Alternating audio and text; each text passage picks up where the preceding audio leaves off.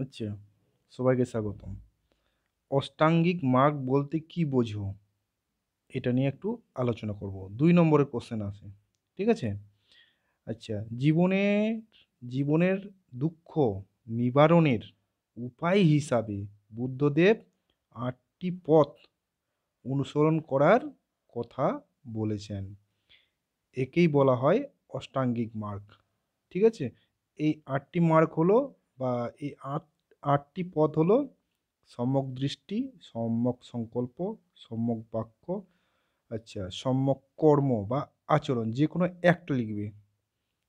তারপরে সম্যক জীবিকা এটাও, হ্যাঁ, ঠিক আছে? ইংরেজিগুলো লেখার প্রয়োজন নেই। সম্যক প্রচেষ্টা বা সম্যক ব্যায়াম, একেক বইয়ে একেক রকম। সম্যক প্রচেষ্টা, সম্যক স্মৃতি, সম্যক সমাধি। এই যে ৮ টি পথ, এগুলোর মাধ্যমে কি হয়? আম জীবনের যত দুঃখ কষ্ট নিবারণ কি করা সম্ভব? এগুলোকেই বলা হয় অষ্টাঙ্গিক মার্গ। বুদ্ধদেব এই নীতিগুলির প্রচলন করেন। ঠিক আছে? আমি ১, ২, ৩ করে এরকম করে লিখেছি। কেউ কমা দিয়েও লিখতে পারো। সম্যক দৃষ্টি, সম্যক সংকল্প এরকম কমা দিয়েও লিখতে পারো।